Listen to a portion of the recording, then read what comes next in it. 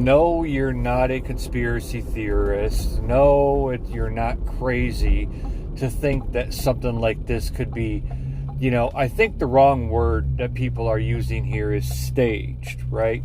It's not like my theory on Butler, Pennsylvania was, somebody paid that poor kid to show up at a certain place at a certain time. That was my theory about Butler, Pennsylvania, because a kid that scores 1530 on his SATs and 3 perfect placement exams to colleges just doesn't wake up one day and decide to take a shot at a presidential candidate, if you catch my drift. And if you don't know about the SATs, the top score you can get is 1600.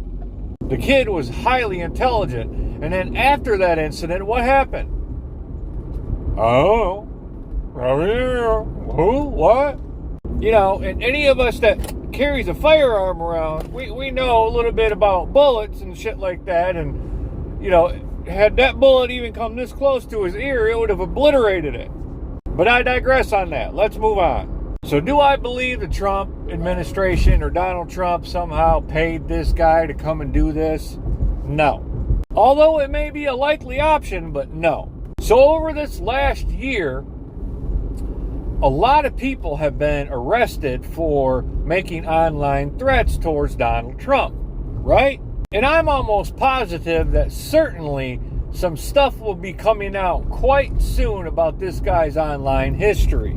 Pre-event, he had already warned his family, wrote that whatever it was, in an interview from the CBS reporter, which was, mwah, chef's kiss, right? Oh, you think he was talking about you, Mr. Pedo President?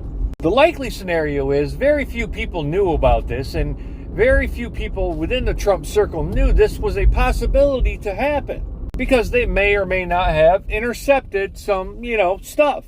And for reference, there have been over 100 White House Correspondents' Dinners, the first one being in 1921, and nobody has ever attempted to assassinate the President of the United States at one of these dinners.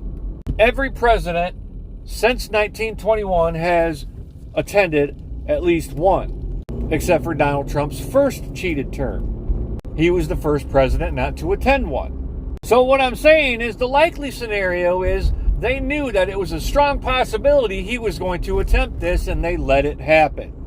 And then, like clockwork, all of the mega sycophants come online saying, this is why we need a ballroom. Like fucking sheep.